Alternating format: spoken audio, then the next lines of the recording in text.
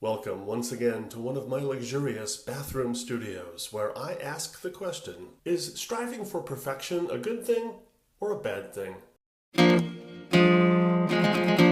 As with most things in life, I think the answer to whether striving for perfection is a good thing or a bad thing lies somewhere in the middle. I think it depends on your attitude. If you are the classic perfectionist who's never happy unless everything goes exactly according to your plan, then I don't think striving for perfection is a good thing. Because with that kind of attitude, you're never going to be happy. But if you view perfection as a target, as a direction that you're heading, and allow yourself mistakes or failures, whatever those might be defined as, by you, then I think striving for perfection can be a good thing. And I'd like to emphasize the defined by you part.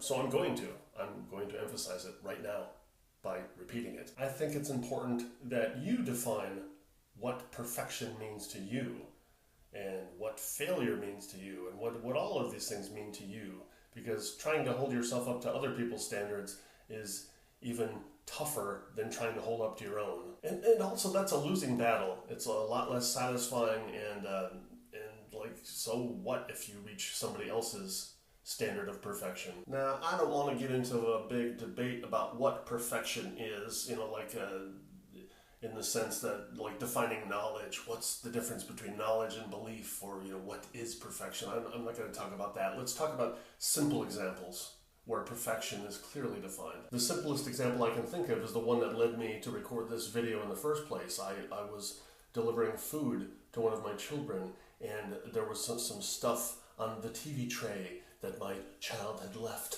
on the TV tray, and I brushed the stuff away, got mad, and then I plopped the food down on the TV tray, and then I stormed away. Boom, boom, boom, boom. This has been a dramatization. Now see, so in that instance, it's clearly defined. I have zero tolerance for myself when it comes to how I behave towards my children. I want to be nice to my children all of the time. And if I'm not nice, then that's not perfect. Are there times when I'm going to be unpleasant, or let's just say an asshole to my children? Well, yeah, statistically speaking, chances are, since I am a human being, and yeah, it's going to happen. But it shouldn't happen very often. And over the years, it should happen less and less. That's called improvement. Continuous process improvement.